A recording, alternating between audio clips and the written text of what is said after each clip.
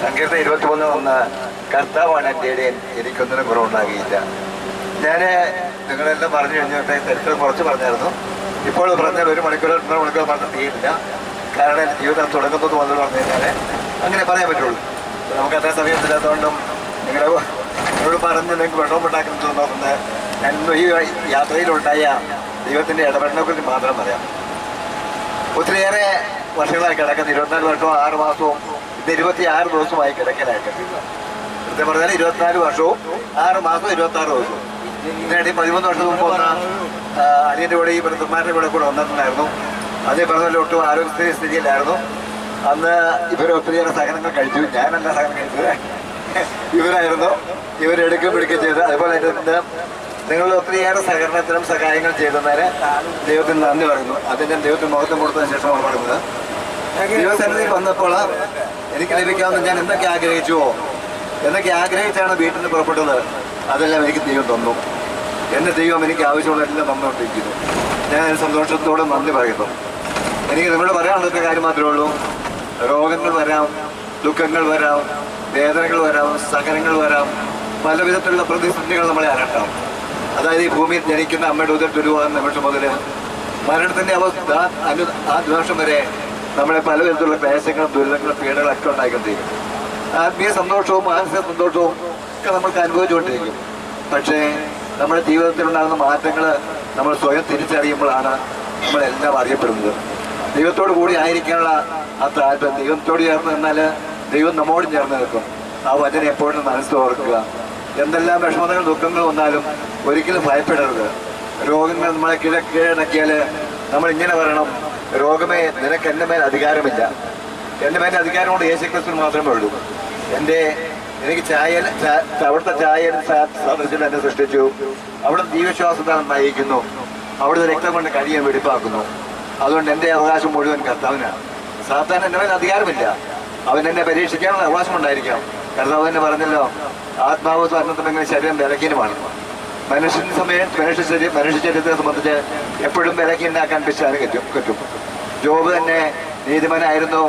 അവന് വളരെ സമ്പത്തുണ്ടായിരുന്നു, 10 മക്കളുണ്ടായിരുന്നു. അതൊക്കെ നമ്മൾ വചനത്തിൽ കേട്ടതാണ്. അപ്പം ജോബിനെ തന്നെ പരീക്ഷിച്ചപ്പോഴും ജോബ് പറയുന്നുണ്ട്, കർത്താവ് തന്നു, കർത്താവ് എടുത്തു, കർത്താവ് ബോധപ്പെടട്ടെ. നമുക്കും അത് പറയാനുള്ള ആ യോഗ്യത ഉണ്ടായിരിക്കണം. യോഗ്യത എന്ന് പറഞ്ഞാൽ നമ്മളെ കുറവുകളുണ്ടെപ്പോഴും മനുഷ്യൻ ബലഹീനാണ്. അവന് ചിന്തകൾ കുറവുകൾ വരാം, അവന് കാഴ്ചകൾ കുറവുകൾ വരാം, അവന് കേൾവി കുറവുകൾ വരാം, അവന് വാക്യക്കുറവുകൾ വരാം, അവന് ഹൃദയ വിചാരങ്ങൾ കുറവ് വരാം. മനുഷ്യ ശരീരം അങ്ങനെയായി ഭൂമിയിൽ നിന്ന് എടുക്കപ്പെട്ട പൂഴിയിൽ നിന്നും സൃഷ്ടിക്കപ്പെട്ട ജനത്തിന് മനുഷ്യന് ഇവയെല്ലാം ബലഹീനതകളാണ്. പക്ഷേ ബലഹീനതയിലേക്ക് നമ്മൾ നോക്കി നിൽക്കാതെ നമ്മുടെ ബലഹീനത തമ്പുരാൻ്റെ മുമ്പിൽ ഏറ്റു പറഞ്ഞുകൊണ്ട് തമ്പുരാൻ നമ്മുടെ എല്ലാ തെറ്റുകളും കുറ്റങ്ങളും ക്ഷമിക്കും. ലൂക്ക 23:34 പറഞ്ഞല്ലേ, പിതാവേ ഇവർ ചെയ്യുന്നവരെ അറിയുന്നില്ല, ഇവരോട് ക്ഷമിക്കണമേ എന്ന്.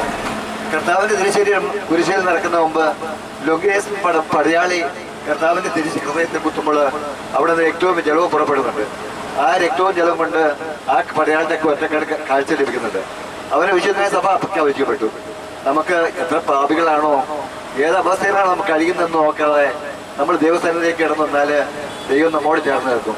നമ്മുടെ കുറവുകൾ പരിഹരിച്ചു. പൗലോസ് അപ്പോസ്തലൻ പറഞ്ഞേ 9-ാം അധ്യായം 12-ാം തിരുവചനം പ്രകാരം പറഞ്ഞു, നിന്റെ രോഗാവസ്ഥയെ കുറിച്ച് പറയുമ്പോൾ നിനക്ക് എൻ്റെ ഗർഭം മതി, അതവർ ഇരുന്നോട്ടെന്ന് പറഞ്ഞു. പല രോഗങ്ങളും നമ്മൾ തമ്പുരാനോട് ചോദിച്ചിട്ട് സുഖപ്പെട്ടിട്ടില്ലായിരിക്കാം.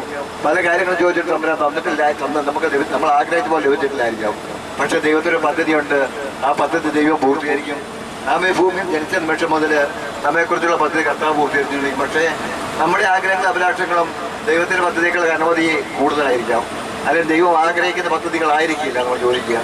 അതുകൊണ്ടാണ് ഞാൻ പറഞ്ഞത്, ഞാൻ എന്താ ആഗ്രഹിച്ചു വന്നുവോ അത് ദൈവം എനിക്ക് തന്നു. അതിന് ഞാൻ ഏറ്റവും സന്തോഷത്തോടെ ദൈവത്തിന് ഒരിക്കൽ കൂടി മഹത്വപ്പെടുന്നു.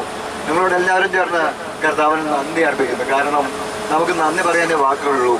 എത്ര നന്ദി പറഞ്ഞാൽ മതിയാകില്ല. നമ്മൾ ജീവിക്കുന്ന ഈ ഭൂമിയിൽ നമുക്ക് ലഭിക്കുന്ന ശുദ്ധജലത്തിൻ്റെ ശുദ്ധ വായുവിൻ്റെ കണക്ക് പറഞ്ഞു കഴിഞ്ഞാൽ നമുക്ക് എന്ത് വില കൊടുക്കാൻ പറ്റും? ബാക്കി എല്ലാ വില കൊടുത്ത് എന്തായാലും വർഷം വില കൊടുത്ത് മേടിക്കുന്നുണ്ട്. നമ്മൾ അനുദിനം ശുദ്ധിക്കുന്ന ആ ശുദ്ധവായുവിന് വില കൊടുക്കാൻ നമ്മളെ കൊണ്ട് പറ്റുമോ? ആ ശുദ്ധവായു നമ്മൾ എടുക്കപ്പെട്ടാൽ നമ്മുടെ പുറത്തൊന്നും തീർന്നില്ലേ? നമ്മുടെ ശരീരം പൂഴിക്കും, ആത്മാവ് ദേവസേനയിലേക്ക് പോകണം. അപ്പോൾ ദേവസേനയിലേക്ക് പോകണമെങ്കിൽ എന്ത് പറയണം? വെളിപ്പാട് 21 പറഞ്ഞല്ലേ, പുതിയ ആകാശവും പുതിയ ആകാശവും പുതിയ ഭൂമിയും കണ്ടു. പഴയ ആകാശവും പഴയ ഭൂമി കടന്നുപോയി. കടലും അപ്രത്യക്ഷമായി. വിശുദ്ധ നഗരമായ സ്വർഗത്തിൽ നിന്നും പണിഞ്ഞൊരുങ്ങിയ വധുവിനെ പോലെ ഞാൻ ഇറങ്ങി വരുന്നത് കാണുന്നുണ്ട്. അപ്പോൾ അവിടുന്ന് ഒരു സ്വരം കേൾക്കാം, ഇതാ സ്വർഗത്തിൻ്റെ വർണ്ണമാനം ഇറങ്ങി വരുന്നു. അവരോട് കൂടി വസിക്കും. അവരവിടുത്തെ ജനമായിരിക്കും. അവരുടെ കണ്ണുകളിൽ നിന്നും കണ്ണീർ കൊടുത്ത് മാറ്റും. മരണം ഉണ്ടാകുകയില്ല. ഇനിമേൽ ദുഃഖമോ മറുപടിയോ ഉണ്ടാകുകയില്ല. ആ രാജ്യത്ത് നമ്മൾ എത്തുന്നവരെ നമ്മുടെ ജീവിതത്തിൽ ഉണ്ടാകുന്ന പ്രതിസന്ധികളെ പ്രശ്നങ്ങളെയും ദൈവമുമ്പാകെ കൊടുക്കുക. നമ്മൾ ഏറ്റെടുത്ത ഒരു പ്രശ്നവും പരിഹരിക്കാനാവുകയില്ല എന്ന് ജീവിത അനുഭവം കൊണ്ട് പറഞ്ഞതാണ്. അതുകൊണ്ട് ഞാൻ എപ്പോഴും നിങ്ങളോട് പറയും, എൻ്റെ യാത്ര നിങ്ങളോട് കൂടി ആയിരിക്കുന്നതിൽ വളരെ സന്തോഷമുണ്ട്. കൂടെ നിങ്ങളോട് യാത്ര ചെയ്യണമെന്നുണ്ട്. പക്ഷേ 1500 കിലോമീറ്ററൊക്കെ യാത്ര ചെയ്യുമ്പോൾ എൻ്റെ അവസ്ഥ ഒത്തിരിയേറെ പരിമിതമാണ്. കാരണം ഒത്തിരി ഇരിക്കുമ്പോൾ തന്നെ ശരീരത്തിൽ ശരീരത്തിലൊക്കെ ഒത്തിരി വേദന ഉണ്ടാകുന്നു. വയറിന് ഗ്യാസ് ഫോം ചെയ്യുന്നു. ഒത്തിരിയേറെ അസ്വസ്ഥതകൾ. ഞാനൊരു 2 മണിക്കൂർ കൂടി യാത്ര ചെയ്യാറില്ല. അത് കഴിഞ്ഞാൽ കുറച്ച് നേരം കടക്കുമായിരിക്കും. മറ്റേ ചെയ്യുക ചെയ്യണം. അത് ആ ഒരു അവസ്ഥയിലാണ് ഇപ്പോൾ നിങ്ങളോട് യാത്ര ചെയ്യുന്നത്. പക്ഷേ ഇതെൻ്റെ ബലമല്ല, തമ്പുരാൻ എന്ന ബലം, നിങ്ങളുടെ പ്രാർത്ഥനയുടെ ശക്തി. അതിൽ ഞാൻ ദൈവത്തിന് നന്ദി പറയുന്നു. എൻ്റെ പ്രിയപ്പെട്ടവരെ, ഞാൻ എപ്പോഴും പറയും, നമ്മുടെ ജീവിത പ്രശ്നങ്ങളെ മാത്രം നോക്കണ്ട, നമ്മുടെ ആത്മചര്യ വിശുദ്ധീകരണത്തിന് എപ്പോഴും പ്രാർത്ഥിക്കുക. അമ്മയോട് പറഞ്ഞു, അമ്മ ചോദിക്കുന്നില്ലേ ലൂക്ക 1:34 ഇതെങ്ങനെ സംഭവിക്കും? അപ്പോൾ ലൂക്ക 1:35 പറഞ്ഞു, പരിശുദ്ധാത്മാവ് നിന്റെ മേൽ വരും, അതിന് ശക്തി നിന്റെ മേൽ ആവസിക്കും. അപ്പോൾ ബലപ്പെടുത്താൻ വേണ്ടി പറഞ്ഞു, നിന്റെ ഇളയമ്മ എലിസബത്ത് വന്ധ്യല്ലായിരുന്നോ? അവൾക്ക് ഇത് 6 മാസമാണ്. ദൈവത്തിൽ നിന്ന് അസാധ്യമല്ലെന്ന് ലൂക്ക 32. അപ്പോൾ മറിയം പറയുന്നുണ്ട്, ദൈവമേ നിന്റെ ദാസീത, നിന്റെ ഇഷ്ടം അല്ലെങ്കിൽ നിന്റെ വാക്ക് എന്നിൽ നിറവേറട്ടെ. അമ്മയെ പോലെ നമുക്ക് പറയാനാവുമെന്ന് എനിക്ക് തോന്നുന്നില്ല. കാരണം അമ്മ സകലത്തിന്റെ പുത്രിയായിരുന്നു. മുഴുവൻ സകലങ്ങൾ ഏറ്റെടുത്ത് അതെല്ലാം ദൈവത്തിനോട് ചേർന്ന് ദൈവത്തിന് കാഴ്ചവെച്ച് ദൈവത്തിന്റെ സ്വർഗത്തെ പിതാവിന്റെ പുത്രിയും പുത്രൻ മാതാവും പരിശുദ്ധന്മാരും മാവാട്ടിയുമായി തീർന്ന് അമ്മയോടൊപ്പം ആയിത്തീരാൻ നമ്മളെ പറ്റില്ല ഒരിക്കലും. ആ അമ്മയുടെ സകലങ്ങൾക്കോട് ചേർത്ത് നമ്മുടെ സകലങ്ങൾ കാഴ്ചവെക്കുമ്പോൾ തീർച്ചയായും നമ്മുടെ ദൈവത്തിന്റെ നീതീകരിക്കപ്പെടും. നമ്മുടെ ആഗ്രഹങ്ങൾ അഭിലാഷങ്ങളോട് നമ്മൾ സാധിച്ചു തരും. അമ്മയിൽ ഏറ്റവും വിശ്വസിക്കാനുള്ള കാരണോട് കൂടി ഞാൻ പറഞ്ഞുതരാം. ഞാൻ ഈ എഴുന്നേറ്റ് കിടക്കുന്ന കാലത്ത് സദ്യ ഒരുക്കാൻ പോകും. അപ്പോൾ ഞാൻ എപ്പോഴും അമ്മയോട് പറയും, അമ്മേ കാനായിലെ കല്യാണത്തിന് ആ ഭവനത്തിലേക്ക് കിടന്നു വന്നപോലെ എൻ്റെ കൂടെ നിൽക്കണമേ. എൻ്റെ പ്രവർത്തികളിൽ ബലഹീനതകളുണ്ടാകാം, കുറവുകളുണ്ടാകാം, അനേകം പ്രശ്നം ഉണ്ടാക്കി കൊടുക്കുമ്പോൾ പോരായ്മകൾ വരാം, പാളിച്ചകൾ വരാം, അല്ലെങ്കിൽ ആരെങ്കിലും കയ്യബദ്ധം വന്നാൽ പ്രശ്നങ്ങൾ രൂക്ഷമാകും. അതുകൊണ്ട് അമ്മ കൂടണം നടത്തുന്നത് 3 നന്മ നിറഞ്ഞിട്ട് ഞാൻ ഒരു പ്രത്യുത്തരം പറഞ്ഞാറുള്ളൂ. അതുപോലെ ഞാൻ വീണ സമയത്ത് ഈ വീണ് എഴുതി നമ്മളൊരു ആരോഗ്യ വ്യക്തി വീണല്ലോ, വീണ് കഴിഞ്ഞാൽ ഏറ്റവും കൂടുതൽ നമ്മുടെ മറ്റുള്ളവർ വരുന്നേക്കാൾ കൂടുതൽ എഗോസാറ്റിക്കാർ ബന്ധുക്കോസുകാർ അവരൊക്കെ ഏറ്റവും കൂടുതൽ വരുന്നത്. അവരൊക്കെ വരുന്നു വന്നിട്ട് എന്നോട് പറയുമായിരുന്നു, അപ്പോൾ നിങ്ങളെ കൊണ്ട് ഞാൻ ഞങ്ങൾ സുഖപ്പെടുത്താം, നിങ്ങളുടെ അച്ഛന്മാരും കന്യാസ്ത്രീയൊക്കെ നിങ്ങളുടെ അടുത്ത് വന്നിട്ടുണ്ട്, പല പേരും നിങ്ങളെ സുഖപ്പെടുത്തിയിട്ടുണ്ടെന്ന് പറയും. അപ്പോൾ അവർ പോകും. ഞാൻ അവരുടെ കൂടെ സഹകരിക്കുന്നില്ല. അവർ ഒന്നിച്ച് വീട്ടിൽ വർത്തമാനം പറഞ്ഞിട്ട് പോകട്ടെ. അപ്പോൾ വരുന്ന വ്യക്തിയോട് പറഞ്ഞൊന്നും പറയാൻ കൊള്ളില്ലല്ലോ. അതുകൊണ്ട് വർത്തമാനം പറഞ്ഞു പോകും. ഒരു ദിവസം നമ്മുടെ ഇപ്പോഴത്തെ പിതാവിൻ്റെ റാബൽ ചട്ടി പിതാവിൻ്റെ അധികാരമുള്ളൊരു വ്യക്തിയെന്ന് പറഞ്ഞിട്ട് ഒരു തിരുവനന്തപുരംകാരനെ കൊണ്ടുവന്നു. അദ്ദേഹം വീട്ടിലേക്ക് കയറിയപ്പോൾ എൻ്റെ മുറിയിൽ മാതാവിൻ്റെ കലണ്ടറും വിശുദ്ധ ഗ്യൂറീസിൻ്റെ, എൻ്റെ പേര് ഗ്യൂറീസിൻ്റെ കലണ്ടറുണ്ട്. ഈ അടുത്ത വഴി ആ പുള്ളി പറയുകയാണ്, ഈ പിശാചികളെ പുറത്തേക്ക് ഇറക്കി വിടാൻ പറഞ്ഞു. അപ്പം ഞാൻ ചോദിച്ചു, ഏത് പിശാചികൾ? നിങ്ങൾ നോക്കിയിട്ട് കന്യാകുമാരിനെ ഗ്യൂറീസിനെ പാഠം എടുത്ത് പുറത്തിടാൻ പറഞ്ഞു. ഞാൻ പറഞ്ഞു, എൻ്റെ അമ്മയെ ഒരിക്കലും പുറത്തിറക്കാൻ ഞാൻ ആഗ്രഹിക്കുന്നില്ല. ഈ കിടക്കയിൽ കിടന്ന് ഞാൻ പുഴുത്തരിച്ചാലും എനിക്ക് എൻ്റെ അമ്മയെല്ലാം ജീവിക്കാൻ പറ്റില്ല. ദൈവം അറിയാതെ ഒന്നും സംഭവിച്ചില്ല. എൻ്റെ ശരീരത്തിലൊരു മുടി വീഴണമെങ്കിൽ എൻ്റെ ദൈവം അറിയണം. ആ ദൈവം അറിയാതെ ഒന്നും സംഭവിക്കില്ല. അതുകൊണ്ട് നിങ്ങളുടെ ശുശ്രൂഷയല്ല എനിക്ക് ആവശ്യം, നിങ്ങളോട് കൂട്ടായ്മയല്ല എനിക്ക് ആവശ്യം. എനിക്ക് എൻ്റെ ദൈവത്തിൻ്റെ കൂട്ടായ്മ ആവശ്യം. അതിന് എൻ്റെ അമ്മയുടെ സഹായം എനിക്ക് വേണം. അതെൻ്റെ അമ്മയാണ്. അവരെന്നാലും പറഞ്ഞ മുട്ടത്തൊണ്ടാണ് പറഞ്ഞു. ഞാൻ അവരോട് ഒത്തിരിയേറെ കാര്യങ്ങൾ പറഞ്ഞു. അവർ ഇറങ്ങി പോകാൻ ചെയ്തു. എന്ന് പറഞ്ഞ പോലെ നമ്മുടെ ബലഹീനതയിൽ ചൂഷണം ചെയ്യാൻ അനവധി ആൾക്കാർ നമ്മുടെ ചുറ്റും കൂടാം. അപ്പോൾ നമ്മൾ ആ വീഴ്ച അതിൽ വീഴാതിരിക്കാൻ നമ്മൾ കർത്താവായ യേശു ക്രിസ്തു വിശ്വസിക്കുക. നീ നിന്റെ കുടുംബവും രക്ഷ പ്രാപിക്കുന്നുവെന്ന അപ്പസ്തോലൻ 16:31 പറഞ്ഞില്ലേ? ആകാശം കീഴിൽ ഭൂമിയിൽ മനുഷ്യരെ രക്ഷയ്ക്കായി നൽകപ്പെട്ട നാമം യേശുവിൻ്റെ എന്ന അപ്പസ്തോലൻ 4:12 പറഞ്ഞില്ലേ? കേൾപ്പുരായം 4:12 പറഞ്ഞില്ലേ? കർത്താവിന്റെ വചനം സജീവം ഊർജ്ജ സ്ഥലമാണ്. അത് ഇതിനേക്കാൾ മൂർത്തിയേറിയതാണ്. അത് ആത്മാവിനെയും ദേഹത്തിനെയും സന്ധിബന്ധങ്ങളും ഹൃദയത്തിൽ വിചാര വികാരങ്ങളെ വെളിപ്പെടുത്തുന്നതാണ്. നമ്മൾ വചനം വെച്ച് പ്രാർത്ഥിക്കുമ്പോൾ, വചനം ഏറ്റെടുത്ത് പ്രാർത്ഥിക്കുമ്പോൾ തീർച്ചയായിട്ടും വചനത്തിന്റെ ശക്തി ഇതിലെ മൂർച്ചയേറുകയാണ്. വചനം യേശുവാണ്, വചനം സത്യമാണ്, അത് നമ്മൾ നിലനിൽക്കുന്നതാണ്, അത് പരിശുദ്ധന്മാർ നിവേശിതമാണ്. അതുകൊണ്ട് നമ്മൾ അതിൽ വചനത്തിൽ വായിക്കുക, വചനം ദിവസവും വായിക്കുക. വചനം പ്രാർത്ഥിക്കുക, സന്ധ്യാപ്രാർത്ഥന ഉപേക്ഷിക്കാതിരിക്കുക. നമ്മൾ സന്ധ്യാപ്രാർത്ഥന ഒരു ദിവസം കൂടി ഉപേക്ഷിച്ചു കഴിഞ്ഞാൽ അവിടെ ഏതെങ്കിലും വിധത്തിലുള്ള അശുദ്ധാരൂപയുടെ പ്രവർത്തനങ്ങൾക്ക് കാരണമാകും. അത് ഒരിക്കൽ പോലും ഒരു ദിവസം പോലെ നിർത്തുന്നത് കുറവുകൾ വരാതെ ഒന്നേക്കാം, പോരായ്മകൾക്ക് ഒന്നാക്കാം. നമ്മൾ ബലഹീനരാണ്. ആ ബലഹീനത അമ്മയുടെ ശക്തി, അമ്മയുടെ മാധ്യസ്ഥം വിളിച്ചപേക്ഷിക്കുക. അമ്മ നമ്മുടെ കൂടെ ഉണ്ടാവും. അമ്മ കരം പിടിച്ച് പുത്രന്റെ അരിയിലേക്ക് കൊടുക്കും. പുത്രന്റെ അരി കൊടുത്താൽ സ്വർഗം തുറക്കപ്പെടും. സ്വർഗത്തിന് കൃപയുടെ സിംഹാസനം നമുക്ക് ആവശ്യമായതെല്ലാം നൽകും. പ്രിയപ്പെട്ടവരെ, ഇനിയും പറഞ്ഞ ഒത്തിരിയേറെ പറയാനുണ്ട്. ഞാൻ ഇത്രയും പറഞ്ഞ് നിങ്ങളോട് കൂടി ആയിരിക്കുന്ന ഈ അവസ്ഥകൾക്ക് ദൈവത്തിന് നന്ദി പറയുന്നു. നിങ്ങളുടെ എല്ലാ ശുശ്രൂഷകളും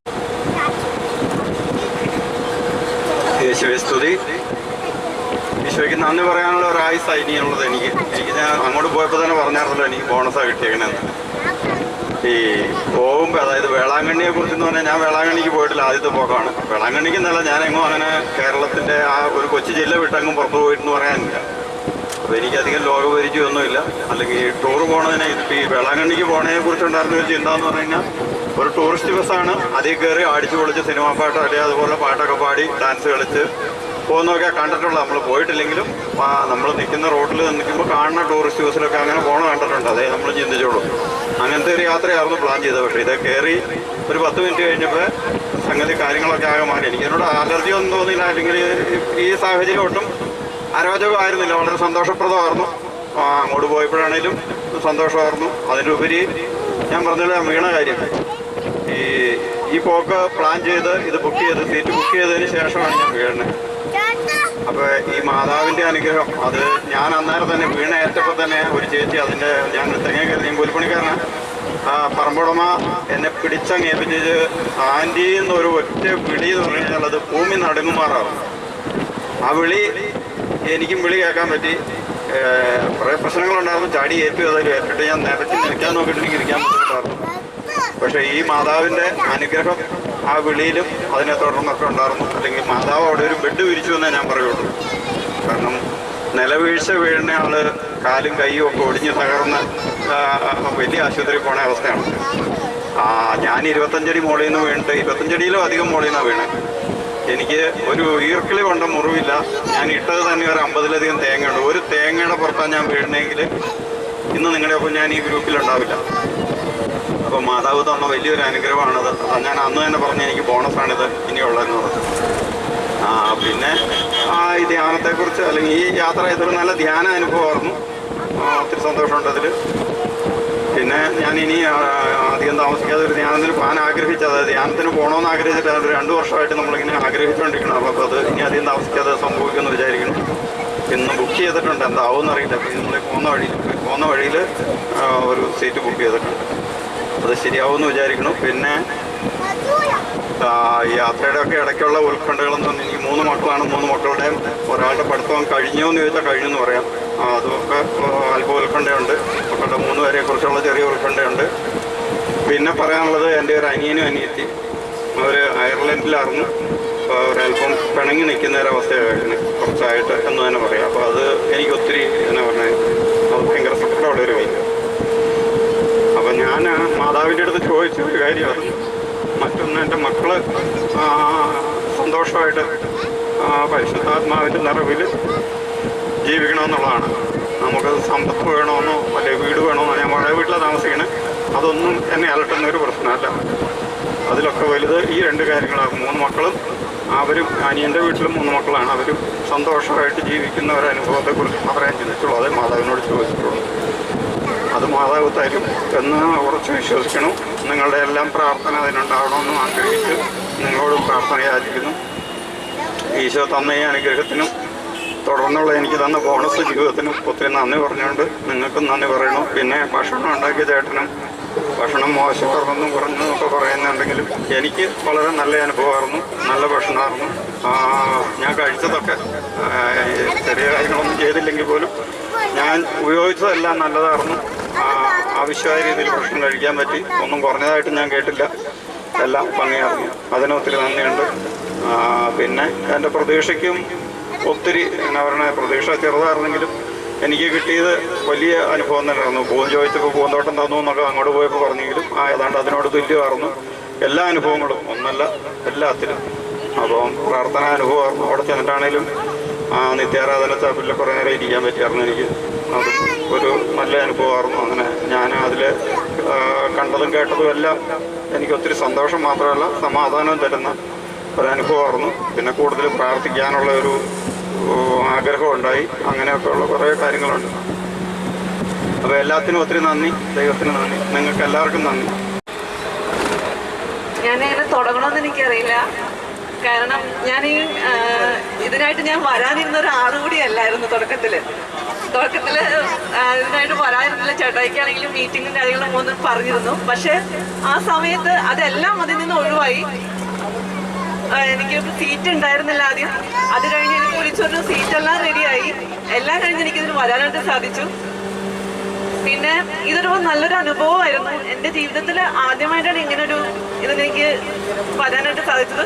പ്രത്യേകിച്ചും എനിക്കറിയില്ല. കാരണം ഞാനൊക്കെ ആയപ്പോലും ഇവിടെ വന്നിരുന്നപ്പോൾ ഇടയ്ക്ക് എനിക്ക് ഉറക്കം വന്നു പോകുന്നുണ്ടായിരുന്നു. ഞാൻ ഉറങ്ങുന്നില്ല. പക്ഷെ ബ്രദർ ആ തുടക്കം തുടങ്ങി അതിൻ്റെ എൻഡ് വരെ ഇപ്പോഴും ഇപ്പോഴും വന്നത് തുടങ്ങിയത് എങ്ങനെയാണോ അതുപോലെ തന്നെ എല്ലാ കാര്യങ്ങളിലും മുമ്പിൽ നിന്ന് തന്നെ എല്ലാം ചെയ്ത് കാണാൻ എനിക്ക് ഒത്തിരി. കാരണം ബ്രദറിനെ എങ്ങനെ സാധിക്കുന്നുണ്ടോ നമ്മൾക്ക് അതിന്റെ കാലിലൊരു അംശത്തിൽ ചെയ്യാൻ പറ്റിയിട്ടുള്ളൂ. അതിനകത്തേക്ക് എനിക്ക് ഒത്തിരി സന്തോഷമുണ്ട്. കാരണം ഇപ്പൊ എന്റെ മൈൻഡ് ഒത്തിരി ഫ്രീ ആയിട്ടാണ് ഇരിക്കുന്നത്. മനസ്സിൽ ഒത്തിരി എന്തോ ഒരു ഇത് വിട്ടുപോയ പോലെ എനിക്ക് തോന്നുന്നുണ്ട്. ഫ്രീ ആയ പോലെ.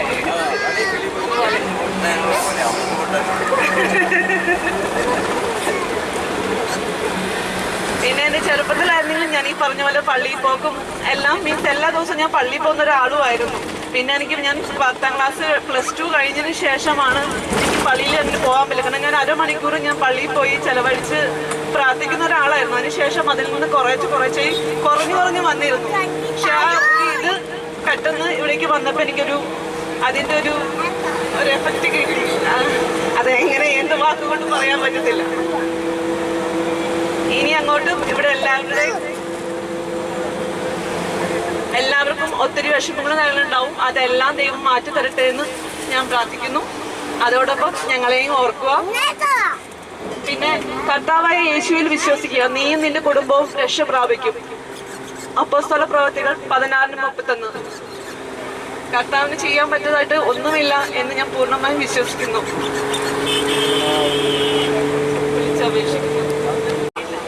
ഞാൻ അമ്മയാന്നുള്ളൊരു ഇതവനില്ല. എൻ്റെ അമ്മയാണ് അവരെ നോക്കുന്നത്. അപ്പൊ ഇവന് അമ്മയില്ലാണ്ട് പോകാൻ പറ്റത്തില്ല അവന്.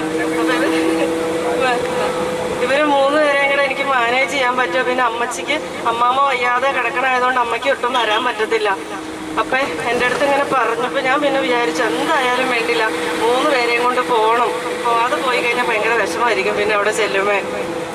പിന്നെന്ന് പറഞ്ഞാൽ മാതാവിൻ്റെ അടുത്ത് ഇപ്പം നമ്മൾ ന്യൂസിലൊക്കെ എപ്പോഴും കാണുമല്ലോ, ഫോൺ തുറന്നു കഴിഞ്ഞിട്ടുണ്ടെങ്കിൽ MDMA ഇങ്ങനെ മധ്യ സ്കൂളുകളിൽ അങ്ങനെ ഇങ്ങനെ പിടിച്ചെന്ന് നിൽക്കുമ്പോൾ മോൻ വളർന്നു വരികയല്ലേ, 11 വയസ്സായി. അത് നല്ലൊരു ടെൻഷനുണ്ട്. കാരണം എവിടെ ചെന്നാലേ അറിയുന്നത് എങ്ങനെയാണെന്നറിയാവോ, മോക്കടെ മൂത്ത കുട്ടിക്കല്ലേ സുഖമില്ലാണ്ടായ മോനല്ലേ ഇപ്പം എങ്ങനെ ഇരിക്കണം, മെഡിസിൻ ഉണ്ട്, അങ്ങനെ അറിയണേ. അപ്പം ഇപ്പോഴത്തെ ഇതിൻ്റെ ജനറേഷൻ്റെ പോക്കും ഈ മദ്യം കുഞ്ഞുങ്ങളായിരിക്കും മുതലേ സ്കൂളുകളിൽ നിന്ന്, ചെറിയ സ്കൂളുകളിൽ നിന്ന് പോലും അത് ഈ ഡ്രിങ്ക്സിൻ്റെ ഇതൊക്കെ കേൾക്കുമ്പോൾ ഭയങ്കര വിഷമമായിരിക്കും. അപ്പോൾ എനിക്ക് നല്ലൊരു എൻ്റെ ഏറ്റവും വലിയൊരു നമ്മൾ ഒത്തിരി വിദ്യാഭ്യാസം കൊടുക്കുക അങ്ങനെയൊന്നുമല്ല, തമ്പുരാനെ അറിഞ്ഞ് അവർ ഇതിനകത്താണെങ്കിലും എനിക്ക് അവനെ അങ്ങനെ അസുഖം വന്നൊരു കുഞ്ഞെന്ന് അറിയാനായിട്ട് എനിക്ക് ഒട്ടും ആഗ്രഹമില്ല.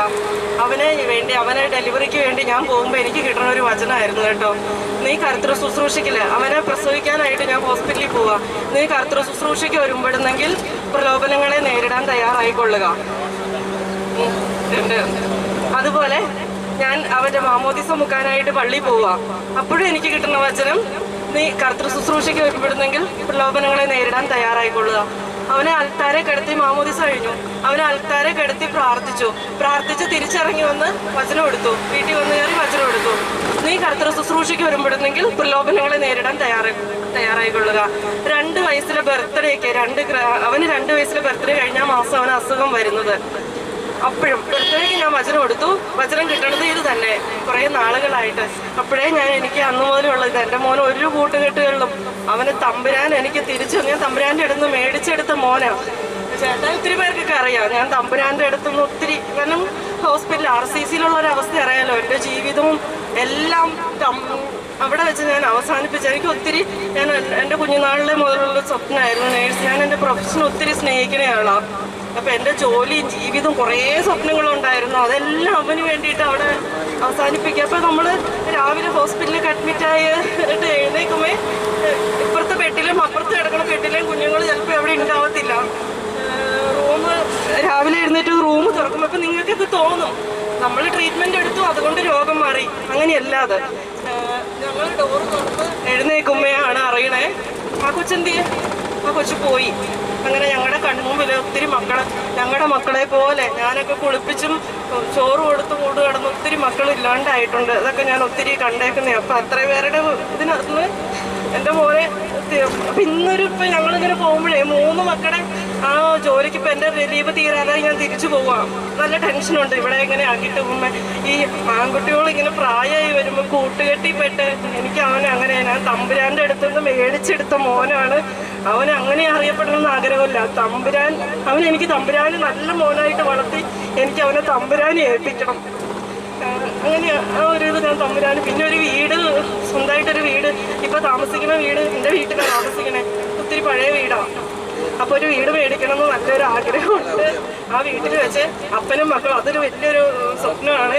അപ്പനും മക്കളും കൂടി ഒരു കാലൊഴിമുത്തൽ ശുശ്രൂഷയൊക്കെ നടത്തി അടുത്ത കൊല്ലം എൻ്റെ മോൻ്റെ ആദികുർബാന ഒരു പുതിയ വീട്ടിൽ വെച്ച് നടത്തണം എന്നുള്ളൊരു വലിയ സ്വപ്നമാണ്. അത് മാതാവിൻ്റെ അടുത്ത് പറഞ്ഞിട്ടുണ്ട്. അതേപോലെ ഞാൻ സാക്ഷിയൊക്കെ പറഞ്ഞിരുന്നേ, എനിക്ക് അപസ്മാരം ഉണ്ടായിരുന്ന ആളാണ്. ട്രീറ്റ്മെൻറ്റൊക്കെ എടുത്തു, ലൈഫ് ലോങ് ട്രീറ്റ്മെൻറ്റൊക്കെ, അതിന് മെഡിസിൻ നിർത്താൻ പറ്റില്ല എന്നൊക്കെ പറഞ്ഞുകൊണ്ടിരുന്ന ആളാണ്. ഇതുപോലൊരു വേളാങ്കണ്ണി ട്രിപ്പിന് എന്നോട് പറഞ്ഞു, നീ മെഡിസിൻ ഒന്നും കഴിക്കണ്ട, നിനക്ക് ഇനി വരത്തില്ലെന്ന് പറഞ്ഞു. പക്ഷെ അന്നാളത് ഇത്രയും വിശ്വാസം ഇത്രയും നമുക്ക് ഓരോ ലൈഫിൽ ഓരോ അനുഭവങ്ങൾ വരുമ്പോഴാണ് നമ്മുടെ വിശ്വാസം കൂടി വരുന്നത്. നമ്മളങ്ങനെ ഓരോ തീച്ചൂളയൊക്കെ കടന്നു പോകുമ്പോഴാണ് നമ്മൾ തമ്പുരാനെ അറിയുന്നത്. അങ്ങനെ തമ്പുരാനെ അറിയാൻ തുടങ്ങി കഴിഞ്ഞിട്ടുണ്ടെങ്കിലോ നമുക്കറിയാം നമ്മുടെ ലൈഫിലേക്ക് ഒരു പ്രശ്നം വരുമ്പേ ഇങ്ങനെ ഉണ്ടായിപ്പോ ഞാൻ ഒറ്റയ്ക്കായി പോയത്, ആരും ഇല്ല. ഞാൻ തന്നെ വിചാരിച്ചു എന്തിനാ തമ്പുരാൻ ഇത്രയും വിഷമിച്ച എനിക്ക് എന്തിനാ ഇത്രയും വലിയൊരു സഹനം തരുന്നതെന്ന്. കാരണം ഞാൻ ഒറ്റയ്ക്കായിപ്പോയി, ആരുമില്ല. എല്ലാവരും ചീത്ത അറിയുന്നു. കൂടെ വർക്ക് ചെയ്തോലെ, കൂടെ ഈവൻ ഹോസ്പിറ്റലിൽ ചെന്നപ്പോൾ ഡോക്ടേഴ്സ് പോലും ഒരു 3ാമതൊരു കുഞ്ഞുണ്ടാവുക എന്ന് പറഞ്ഞാൽ അത്രയ്ക്ക് തെറ്റുന്നില്ല. എല്ലാവരും ചീത്തയാ, ആരും ഒന്നും സപ്പോർട്ട് ചെയ്യാനായിട്ടില്ല, ഒരു മനുഷ്യ കുഞ്ഞു പോലും ഇല്ല. അങ്ങനെ പക്ഷെ എന്തിന് ഞാൻ പോലും ചിന്തിച്ചിട്ടുണ്ട്. ഞാൻ മാതാവിനോട് ഞാൻ പറഞ്ഞു, തമ്പുരാൻ തന്നെ നമുക്കൊരു ചമ്മന്തി അരച്ച് പോലും, ഞാൻ അങ്ങനെ തന്നെ പറയാ, നമുക്കൊരു ചമ്മന്തി അരച്ച് ചോറുണ്ടാൻ പോലും പറ്റാത്ത അവസ്ഥയിലാണ് ഒരു കുഞ്ഞുണ്ടെന്ന് അറിയുന്നത്. ഞാൻ മാതാവിനോട് പറഞ്ഞു, എനിക്ക് ചിലപ്പോൾ പട്ടിണി കിടക്കേണ്ട വരും കുഞ്ഞിന്. പക്ഷെ എന്നാലും ഞാൻ ഈ മോനെ, അത് പ്രാർത്ഥനയൊന്നുമല്ലായിരുന്നു, മാതാവിനോട് വഴക്കുണ്ടാക്കുമായിരുന്നു ചെയ്യണേ. ദേഷ്യപ്പെട്ടാ പറയുന്നത്, അങ്ങനെ പറയാനേ പറ്റത്തുള്ളായിരുന്നു. ഹോസ്പിറ്റലിൽ അഡ്മിറ്റായി, എനിക്ക് ഒത്തിരി പ്രോബ്ലംസ് വന്നായിരുന്നു. അന്നേരമൊക്കെ ഡെലിവറി ടേബിളിൽ എനിക്ക് റപ്ചറായിരുന്നു, യൂട്രസ് റപ്ചറായിരുന്നു. ആ ഒരു സമയത്ത് ഞാൻ മാതാവിനോട് പറഞ്ഞ കാര്യമാണ്, ഈ കുഞ്ഞിനെ എന്തെല്ലാം പ്രശ്നം വന്നാലും ഈ കുഞ്ഞിനെ പ്രസവിക്കാണ്ട്, ഈ ഭൂമിയിൽ പ്രസവിക്കാതെ നീ വിളിച്ചാൽ പോലും വരത്തില്ല. അങ്ങനെയാ ഞാൻ മാതാവിനോട് പറഞ്ഞത്. പ്രാർത്ഥനയൊന്നുമല്ലായിരുന്നു, നീ വിളിച്ചാൽ പോലും, എന്നെ തമ്പുരാൻ വിളിച്ചാൽ പോലും ഈ കുഞ്ഞിനെ പ്രസവിക്കാതെ ഞാൻ ഈ ഭൂമി വിട്ടു പോകത്തില്ല എന്നാ. നീ വിളിച്ചാൽ പോലും ഞാൻ വരത്തില്ല. അങ്ങനെ ഞാൻ പ്രാർത്ഥിക്കൊന്നുമില്ല, ദേഷ്യപ്പെടുമായിരുന്നു ചെയ്യണേ. പക്ഷെ ഒത്തിരി പ്രശ്നങ്ങൾ എൻ്റെ ലൈഫിൽ വന്നു. ഒരാൾക്ക് പിടിച്ചു നിൽക്കാൻ പറ്റാതെ ഒറ്റയ്ക്ക് ഒരാൾ ഫൈറ്റ് ചെയ്ത് നിൽക്കുക എന്ന് പറഞ്ഞാൽ പോസിബിൾ ആയ കാര്യമല്ല, സുഖമില്ലാത്തൊരു കുഞ്ഞ് അത്രയും. പക്ഷേ അതൊക്കെ നമ്മളൊരു പ്രോബ്ലം വന്നത്. പക്ഷെ അതിന് ശേഷമാണ് ഇത് ഇങ്ങനെ മാറി. എനിക്ക് ജോലി, അതിൻ്റെ ഇടയിൽ ഞാൻ തയ്ച്ചു കൊടുക്കാൻ തുടങ്ങുന്നു. എൻ്റെ ജോലിയില്ല, എനിക്ക് ജോലിയില്ലാതെ നിൽക്കാൻ പറ്റുന്നില്ല. ഞാൻ നൈറ്റി തൈര് പഠിച്ചേക്കുന്ന ആളൊന്നുമല്ലായിരുന്നു. 1 മാസം 10 രൂപ വെക്കേഷന് തൈര് പഠിക്കാൻ പോയിട്ടുണ്ട്. അങ്ങനെ തയ്ച്ചു കൊടുക്കും. ഹോൾസെയിലായിട്ട് തുണി എടുത്തുകൊണ്ട് വന്ന് നൈറ്റ് തയ്ച്ച് ഓൺലൈനിൽ വാട്സപ്പിൽ സ്റ്റാറ്റസ് ഒക്കെ ഇട്ട് അതുകൊണ്ട് പ്രഗ്നൻസി കഴിച്ചു പോയിട്ടുണ്ട്. 2 ബിരിയാണി, കോവിഡിന്റെ സമയത്ത് ബിരിയാണി കവർ 2 രൂപ 50 പൈസയ്ക്ക് ബിരിയാണി. അവന്റെ ഒരു പ്രഗ്നൻസി കാലഘട്ടത്തിൽ സംഭവിച്ച കാര്യങ്ങളാണത്. അപ്പൊ ജോലി കിട്ടി. ഞാൻ പറഞ്ഞു എനിക്ക് ജോലിക്ക് പോകാൻ പറ്റില്ല. രാജഗിരിയിൽ ഞാൻ ചേട്ടായിട്ട് പറഞ്ഞു ആ ജോലി പോട്ടെ. 23,000 അന്ന് സാലറി പറഞ്ഞാൽ ഞങ്ങളെ സംബന്ധിച്ച് വലിയൊരു കാര്യമാണ്. ആ 23,000 ഞാൻ ചേട്ടായിട്ട് പറഞ്ഞു. നമുക്ക് വയറ്റിലൊരു അല്ലെങ്കിൽ ഒരു സ്കിന്നിൽ ഒരു പാട് വന്നാൽ അത് ക്യാൻസർ ആയിട്ട് മാറുന്ന ഒരു കാലഘട്ടം ഇത്.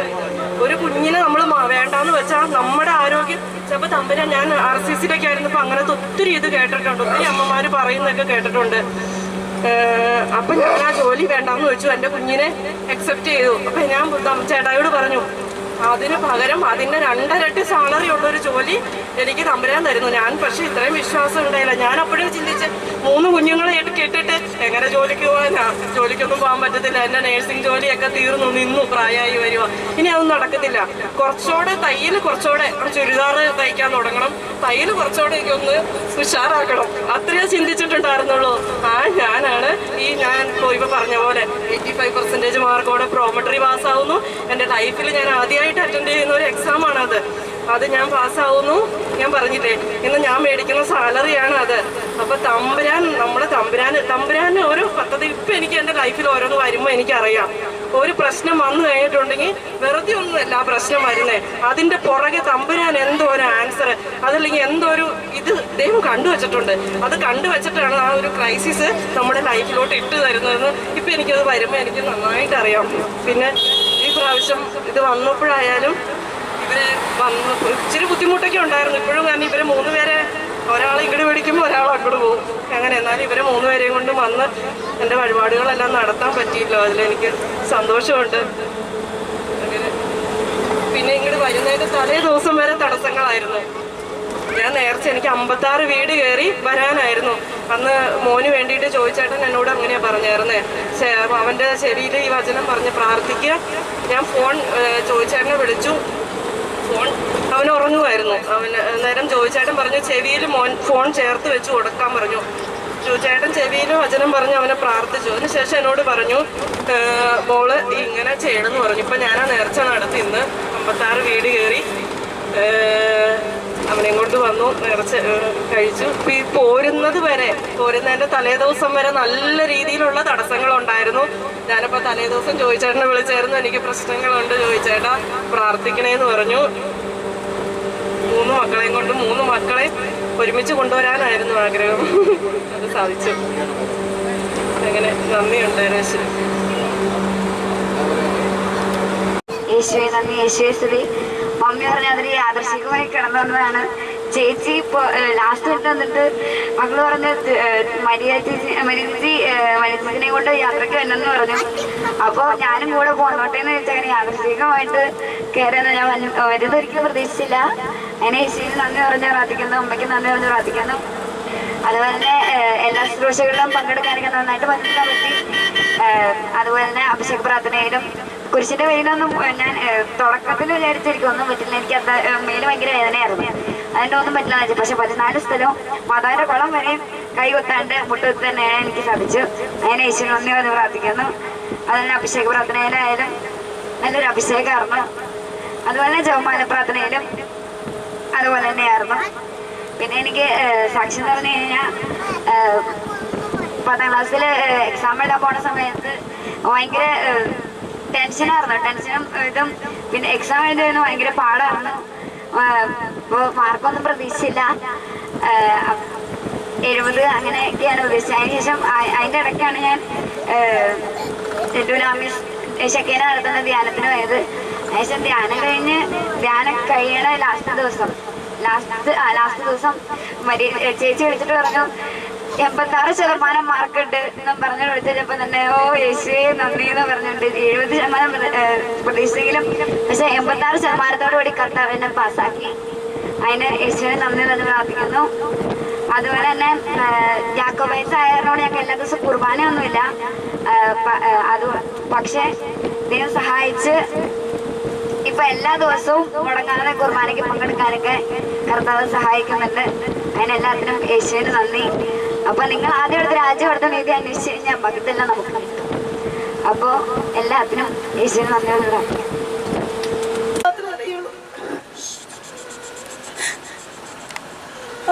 സംസാരിച്ചപ്പോ കൊറേ നേരം കേട്ടിരുന്നു. പകുതി എത്തിയപ്പോ എനിക്ക് പയ്യെ മയക്കം വന്നു. അത് കഴിഞ്ഞപ്പോൾ എനിക്ക് ഭയങ്കര തലവേദനയായിരുന്നു. ഞാൻ എൻ്റെ അമ്മയുടെ മടിയിലേക്ക് തലവെച്ച് കിടന്നിട്ട് പറഞ്ഞു എനിക്ക് പ്രാർത്ഥന കേൾക്കാൻ പറ്റുന്നില്ല, എനിക്ക് മൈക്കിൽ പറയുന്നത് കേൾക്കാൻ പറ്റുന്നില്ല, നിർത്താൻ പറയാണെങ്കിൽ ബസ്സിൽ ഇറങ്ങാം, എനിക്ക് തീരെ പറ്റുന്നില്ല എന്ന് പറഞ്ഞുകൊണ്ടിരിക്കുകയായിരുന്നു. വചനമൊക്കെ ഞാൻ കുറെ പഠിച്ചു, എനിക്ക് പറയണമെന്നുണ്ട് ഇവിടെ വന്നിട്ട്, പക്ഷെ അതിനും എനിക്ക് പറ്റുന്നുണ്ടായിരുന്നില്ല. നിങ്ങൾ വന്നപ്പോൾ ഞാൻ വന്നപ്പോൾ നിങ്ങൾ കണ്ടിരുന്നല്ലോ, എനിക്ക് ആ സീറ്റിൽ നിന്ന് എണീറ്റിട്ട് ഇങ്ങോട്ടേക്ക് വരാനുള്ള കണ്ണ് തുറന്നല്ല ഞാൻ വന്നേ. ഞാൻ എണീറ്റ് നിന്നു, തന്നെ ബസ് പോകുന്ന സ്പീഡിൽ ഞാൻ മുന്നോട്ട് ആഞ്ഞു വരിക ചെയ്ത്. ഇവിടെ വന്ന് ഞാൻ നിങ്ങളോട് സംസാരിക്കുന്ന സമയത്ത് എനിക്ക് കണ്ണ് തുറക്കാനായിട്ട് പറ്റുന്നുണ്ടായിരുന്നില്ല, ഒട്ടും തുറക്കാൻ പറ്റുന്നുണ്ടായിരുന്നില്ല. നിങ്ങളുടെ ആരുടെയും മുഖത്തേക്ക് നോക്കിയിട്ടുണ്ടായിരുന്നില്ല. അത്രയും വേദനയായിട്ട് ഞാൻ നിങ്ങളോട് സംസാരിച്ചത്. പക്ഷെ ഇപ്പൊ പ്രാർത്ഥിച്ചുകൊണ്ടിരുന്ന കൈ വെച്ച സമയത്ത് തന്നെ എനിക്ക് തലയ്ക്ക് അമർത്തി പിടിക്കുമ്പോ എനിക്ക് തലയ്ക്ക് നല്ല വേദന കുറയുന്ന പോലെ പെട്ടെന്ന് 3-4 വട്ടം തോന്നി. അപ്പൊ ഞാൻ വിചാരിച്ചു, മനസ്സിൽ തന്നെ വിചാരിച്ചു, പ്രാർത്ഥിക്കുന്നുണ്ടായിരുന്നു. ഞാൻ മനസ്സിൽ വിചാരിച്ചു ചിലപ്പോ എനിക്ക് പിന്നെ പ്രസയിൽ പിടിച്ചപ്പോ തോന്നുന്നതായിരിക്കും. അത് കഴിഞ്ഞിട്ട് പ്രാർത്ഥനയുടെ ലാസ്റ്റ് നിങ്ങളും എനിക്ക് വേണ്ടി പ്രാർത്ഥിച്ച് അവസാന നിമിഷമായപ്പോഴേക്കും ഞാൻ എൻ്റെ കണ്ണ് നല്ല ക്ലിയർ ആയിട്ട് തുറന്നു. എനിക്ക് വെട്ടം കാണാൻ നിങ്ങളെ ഓരോരുത്തരെ നോക്കാൻ പറ്റുന്നുണ്ട്. പക്ഷെ എനിക്ക് എന്തോ വലിയ അത്ഭുതം പോലെ തോന്നണേ. എനിക്ക് ആദ്യമേ അറിയായിരുന്നു, അതായത് 2016-17 ഞാൻ എങ്ങനെയായിരുന്നു, ഇപ്പൊ ഞാൻ എങ്ങനെയായിരുന്നു എന്നുള്ളത്. 16-17 എനിക്ക് കേരളത്തിനകത്തും പുറത്തും അറിയപ്പെടുന്ന ഒരാളായിട്ടാണ് ഞാൻ നിന്ന്. അവാർഡുകൾ വാങ്ങിക്കൂട്ടിയിട്ടുണ്ട്, കണ്ടുപിടുത്തങ്ങൾ നടത്തിയിട്ടുണ്ട്. എൻ്റെ വീട്ടിലെ നാട്ടുകാർക്കൊക്കെ ഞാൻ നല്ല പേര് വാങ്ങിക്കൊടുത്തിട്ടുണ്ട്. 2017 പഠനക്കാട് കാർഷിക കോളേജ് ജോയിൻ ചെയ്തതിന് ശേഷം റാഗിങ് കിട്ടി. സീനിയേഴ്സിൻ്റെ കയ്യിൽ നിന്ന് അറിയാൻ റാഗിങ് ഉണ്ടായിരുന്നു. പിന്നെ തുടർന്ന് ഓരോരോ പ്രശ്നങ്ങൾ വന്ന് എങ്ങനെയാണ് ഞാൻ കുഞ്ഞിലൊക്കെ എപ്പോഴും പള്ളിയിൽ പോയി എപ്പോഴും പ്രാർത്ഥിച്ച് ജോമാലയൊന്നും നടന്ന ഒരാളാണ്. വേളങ്കണ്ണി മാതാവിനെ എനിക്ക് ഭയങ്കര ഇഷ്ടമായിരുന്നു. എൻ്റെ വീട്ടിൽ രൂപം ഉണ്ടായിരുന്നു. ആ രൂപം എൻ്റെ കയ്യിൽ നിന്ന് എങ്ങനെയോ വീണ് പൊട്ടിപ്പോയി. അന്ന് മുതൽ എനിക്ക് രൂപം കിട്ടാൻ വേണ്ടി ഞാൻ പോകുന്ന ആളുകളോടൊക്കെ പറയും. എനിക്ക് വേളാങ്കണ്ണിയിൽ ഞാൻ 5 പഠിക്കുന്ന സമയത്ത് കണ്ടു പോയതാ. അത് പിന്നെ ഞാൻ പോയിട്ടില്ല. അന്ന് പിന്നെ എൻ്റെ അമ്മയുടെ ഒരു കാറിന് ഓപ്പറേഷൻ വന്ന സമയത്ത് എനിക്ക് നടക്കാൻ വേണ്ടിയിട്ട് എല്ലാവരും പറഞ്ഞു അമ്മ മരുന്ന് മാറി എന്തൊക്കെയോ അമ്മ സംസാരിക്കുന്നില്ല, തിരിച്ചറിയാണ്ട അവസ്ഥയൊക്കെ വന്നു. ICUലൊക്കെ ആയിരുന്നു. അന്ന് ഞാൻ നേർച്ചയായിരുന്നു വേളാങ്കണ്ണി മാതാവെന്ന് എനിക്കറിയില്ല ഇവിടുത്തെ നേർച്ചകളും കാര്യങ്ങളെ പറ്റുമെന്ന്. അപ്പം ഞാൻ പറഞ്ഞു ഇങ്ങനെ എനിക്ക് പള്ളിയിൽ പോകണം, അവിടുത്തെ മുട്ടയിലിടണം എൻ്റെ അമ്മയ്ക്ക് വേണ്ടിയിട്ട്. അന്ന് നേർച്ച എടുത്തിട്ടുണ്ടായിരുന്നു. അത് പിന്നെ ഞാൻ പറഞ്ഞത് എനിക്ക് ജോലി കിട്ടി ആദ്യത്തെ ശമ്പളത്തിൽ ഞാൻ വരുമെന്നാണ്. പക്ഷെ എനിക്ക് ശമ്പളം കിട്ടിയിട്ടുണ്ടായിരുന്നില്ല, ജോലി കിട്ടിയിരുന്നു കയറി. അങ്ങനെയാണ് എനിക്കിപ്പോൾ ബ്രദറിൻ്റെ ഈ ഒരു കൂട്ടായ്മയിൽ എൻ്റെ അമ്മ വന്നതിന് ശേഷമാണ് എനിക്ക് അങ്ങനെ പോകാനുള്ളൊരു ഇത് കിട്ടിയത്. പക്ഷെ ഇപ്പോൾ നടന്ന സംഭവം എന്നെ ഭയങ്കരമായിട്ട് ഞെട്ടിച്ചു. ഞാൻ എങ്ങനെ പറയണമെന്ന് എനിക്കറിയില്ല. എനിക്ക് ഒരുപാട് നന്ദിയുണ്ട്. ഞാൻ നിങ്ങളിപ്പോൾ ലൈവായിട്ട് കണ്ടതുകൊണ്ട് മനസ്സിലായിട്ടുണ്ടാവും. അത്രയും പോലും എനിക്ക് കണ്ണു തുറക്കാൻ പറ്റാണ്ടോട് വന്ന് മാതാവിനടുത്ത് പ്രാർത്ഥിച്ചു. വേളാങ്കണ്ണി പോയി ഓരോ ദിവസവും ഇപ്പോൾ ഇങ്ങോട്ട് പോകുന്ന സമയത്തും കുറേ തടസ്സങ്ങളൊന്നും ബ്രദറിനോട് ഞാൻ പറഞ്ഞു. എൻ്റെ കയ്യിൽ പൈസ ഇല്ല, എനിക്കിവിടെ വരാൻ പറ്റുമെന്ന് തോന്നുന്നില്ല. എൻ്റെ അച്ഛനും അമ്മയ്ക്കും എനിക്കും കൂടെ വരണമെന്ന് വലിയ ആഗ്രഹമായിരുന്നു. വീട്ടിൽ വളർത്തുമൃഗങ്ങളുണ്ട്, ഒരുമിച്ച് വരാൻ പറ്റില്ല. ഇപ്പോൾ ബ്രദറിനോട് ഞാൻ പറഞ്ഞു. ബ്രദർ പറഞ്ഞു ആര് വന്നില്ലെങ്കിലും നീ എന്തായാലും വന്നേ പറ്റൂ. അപ്പോഴേ എനിക്കറിയായിരുന്നു, കാരണം ഞാൻ ബ്രദറിനെ വിളിക്കാനായിട്ട് വന്ന സാഹചര്യമൊക്കെ ഒരു പ്രത്യേക രീതിയായിരുന്നു. പക്ഷെ എനിക്ക് ഇങ്ങോട്ട് പോരണ സമയത്ത് മൊത്തം തടസ്സമായിരുന്നു എല്ലാ രീതിയിലും. അങ്ങനെ ബ്രദർ പറഞ്ഞു നീ എന്തായാലും വന്നേ പറ്റൂ. ഞാൻ എൻ്റെ അച്ഛനോട് പറഞ്ഞു അപ്പം എന്ത് കാര്യം ഇറങ്ങി പോയാലും ഫുൾ തടസ്സം മാത്രമേ വന്നുകൊണ്ടിരിക്കണേ. അപ്പം എൻ്റെ അച്ഛൻ ഇങ്ങനെ സങ്കടപ്പെടും, മോളെ ഒന്നും റെഡിയാവുന്നില്ല, എല്ലാം ശരിയാവുന്നില്ല. അപ്പം ഞാൻ പറയും പപ്പേ നമുക്ക് വേളാങ്കണ്ണി പോവാം, അവിടെ പോയാൽ ശരിയാവും, എല്ലാം റെഡിയാവും, എനിക്ക് പോകണം. അപ്പം അച്ഛൻ പറഞ്ഞു അങ്ങനെയാണെങ്കിൽ പൈസേൻ്റെ കേസ് നീ നോക്കരുത്, നീ മമ്മിയെ കൂട്ടി പോകണം. പിന്നെ എനിക്കൊരു പേടിയുണ്ടായിരുന്നു, എൻ്റെ മമ്മിയുടെ കാലിൻ്റെ ഓപ്പറേഷൻ കഴിഞ്ഞിട്ട് 3 മാസം ആയതേ ഉള്ളൂ. ഇത്രയും ദൂരം നടക്കുമോ, ഇത്രയും ദൂരം ഈ ബസ്സിൽ ഇരിക്കുമോ എന്നൊരു ബുദ്ധിമുട്ടും പേടി മാത്രമേ എനിക്കുണ്ടായിരുന്നുള്ളൂ. പക്ഷെ ദൈവം മാതാവ് എല്ലാം നടത്തിച്ചു, ഒരു കുഴപ്പമില്ലാണ്ട് അമ്മേനെ കൂട്ടി ഇവിടെ വരെ വന്നു. എൻ്റെ അച്ഛൻ ഇപ്പോഴും എന്നെ എപ്പോഴും വിളിക്കും. ഞാൻ പറയും ഒന്നുകൊണ്ടും പേടിക്കണ്ട, ഇവിടെ പോയി വരുമ്പോൾ എല്ലാം റെഡിയാവും എന്ന് പറഞ്ഞു. അങ്ങനെയാണ് ഇങ്ങോട്ടേക്ക് വന്നത്. എല്ലാം ഓക്കെ. എനിക്ക് എന്താന്നുള്ളത് സന്തോഷമാണ്. ഇപ്പോൾ എൻ്റെ തലവേദന പോയി. ഇത്ര നേരം ഞാൻ കണ്ണു പോലും തുറക്കാൻ പറ്റാണ്ടിരുന്ന സമയത്താണ് എനിക്ക് നിങ്ങളെല്ലാം കാണാം, സൗണ്ട് കേൾക്കാം. എനിക്ക് ആദ്യം നിങ്ങൾക്കറിയാം ഇന്നലെ അങ്ങോട്ട് പോണ സമയത്ത് കാലിൽ മരപ്പ് വന്നു. ഇന്നലെ നമ്മൾ പ്രാർത്ഥിച്ച് പോയിക്കൊണ്ടിരുന്നപ്പം എനിക്കൊരു പ്രശ്നം ഉണ്ടായിരുന്നു. ഞാൻ തൊടുപുഴ സെന്റ് മേരീസിൽ ഇങ്ങനെ എനിക്ക് BP താന്നു പോയായിരുന്നു. BP ഷുഗർ എപ്പോഴും താന്നു പോകും. ഓരോ ഹോസ്പിറ്റലിൽ ചെല്ലുമ്പോഴും എന്ത് കാരണം കൊണ്ടാണ് BP ഷുഗർ ഈ കുട്ടിക്ക് ഇങ്ങനെ താഴണേന്ന് എല്ലാവരും നോക്കും. എനിക്ക് അങ്ങനെ ഷുഗർ ഉള്ള പേഷ്യൻ്റ് ഒന്നുമല്ല. എന്നിട്ട് ഇടയ്ക്കിടയ്ക്ക് ഷുഗർ താഴെന്ന് വെച്ചാൽ അങ്ങനെയല്ല. ഇപ്പൊ പെട്ടെന്ന് 50ലേക്ക് വന്ന് നിൽക്കും, അടിച്ച് നിൽക്കും. എന്നിട്ട് ഒരു ഹോസ്പിറ്റൽ അച്ഛൻ കൊണ്ടു അവരൊരു ട്രിപ്പിട്ട് എങ്ങനെയും 90ലേക്ക് കയറും. 90 കയറി ആ ട്രിപ്പ് തീർന്ന് അത് ഡിസ്കണക്റ്റ് ആകുമ്പോഴേക്കും 90 കയറി ഇത് വീണ്ടും 50ലേക്ക് വന്ന് അടിച്ചു നിൽക്കും. അവർ അതേ ഹോസ്പിറ്റലിൽ രണ്ടാമത് വീണ്ടും ട്രിപ്പ് ഇടും.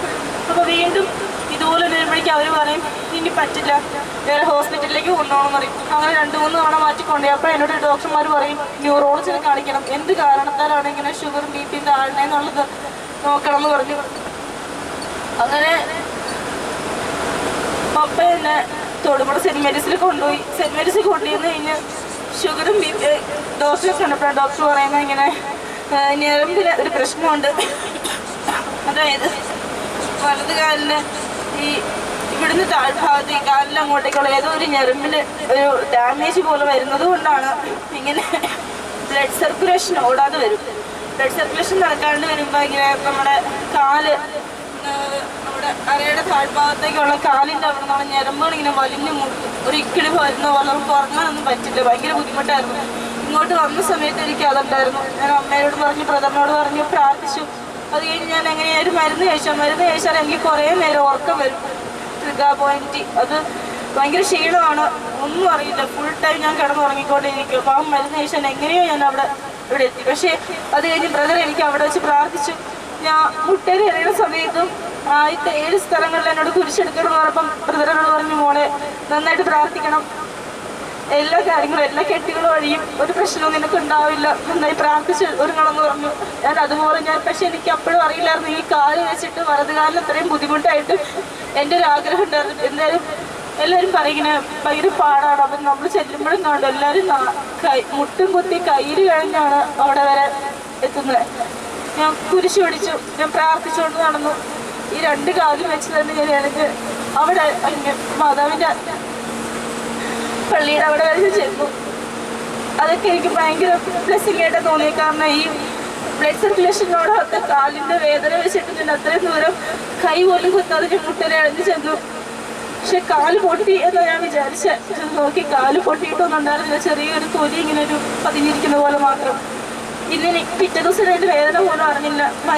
അവരൊക്കെ ഒരു പിള്ളേർ ചോദിച്ചു, ചേച്ചി കാല് അങ്ങനെ മുറിഞ്ഞോ വേദനയുണ്ടോ? പക്ഷെ ഒന്നും ഞാൻ പറഞ്ഞു കുഴപ്പമില്ല, എനിക്ക് കാലിനൊരു ബുദ്ധിമുട്ടും ഇല്ലെന്ന് പറഞ്ഞു. കാരണം എനിക്ക് അങ്ങനെ വേദനകളൊന്നും ഫീൽ ചെയ്തിട്ടുണ്ടായിരുന്നില്ല. എന്നാലും എനിക്കത് കംപ്ലീറ്റ് ആക്കാനായിട്ട് പറ്റി. ഈ യാത്രയിൽ എനിക്ക് ഇത്രയും മനസ്സിലാക്കി തന്നതിന്, വിശ്വാസം ആഴത്തിലാക്കി തന്നതിന് ഞാൻ ബ്രദറിനോട് പ്രത്യേകിച്ച് നന്ദി പറയണം. എനിക്കിപ്പോഴും വിശ്വസിക്കാൻ പറ്റണില്ല. ഞാൻ അവിടെ നിന്ന് എണീറ്റ് വന്ന ആളെന്ന് ഞാൻ ഇതിൽ കൂടുതൽ എനിക്ക് എങ്ങനെ നിങ്ങളെ പറഞ്ഞ് മനസ്സിലാക്കാൻ അറിയില്ല. എൻ്റെ അമ്മ ഞാൻ അമ്മയോട് ഇങ്ങോട്ട് പറഞ്ഞു എനിക്ക് പറ്റത്തില്ല, ഞാൻ എണീറ്റ് വരില്ല അമ്മ, എനിക്ക് തീരെ കഴിയുന്നില്ല. അമ്മ പറഞ്ഞു പറ്റത്തില്ല, അത് സാത്താൻ്റെ പ്രേരണയാണ്, അത് പയ്യെ നീ അവിടെ പോയി പറയണം, ഇവിടെ വന്നതാണ്, ഇവിടെ വന്ന് പോകുമ്പോൾ നീ അമ്മയുടെ അടുത്ത് വന്ന് പോയതിൻ്റെ കാരണം നീ ഇവിടെ നിന്ന് പറഞ്ഞാൽ മാത്രമേ എനിക്കത് മാറത്തോളം മോളെന്ന് പറഞ്ഞു. അങ്ങനെ പറഞ്ഞിട്ട് എനിക്ക് എഴുന്നേക്കണമെന്നുണ്ട്, പക്ഷെ എനിക്ക് എഴുന്നേക്കാൻ പറ്റുന്നില്ല. അങ്ങനെയാണ് ഞാൻ ആ സീറ്റിൽ നിന്ന് എണീറ്റ് ഇവിടെ വരെ വന്നത്. എന്തായാലും എനിക്ക് വേണ്ടി പ്രാർത്ഥിച്ചവർക്കും നിങ്ങളുടെ ഓരോ നിയോഗം ഞാനിന്ന് പള്ളിയിൽ പോയിട്ട് പറഞ്ഞ് പ്രാർത്ഥിച്ചിരുന്നു. എല്ലാവർക്കും വീട് ലഭിക്കാനും എക്സാം എഴുതി പുറത്തു പോകാനും മരിയുടെയൊക്കെ ഭയം മാറാനും പഠിക്കാനും എല്ലാവരുടെയും കേസ് ഞാൻ പറഞ്ഞിട്ടുണ്ട്. അതുപോലെ തന്നെ എനിക്ക് വേണ്ടി എൻ്റെ കുടുംബത്തിന് വേണ്ടി നിങ്ങൾ പ്രാർത്ഥിക്കണം.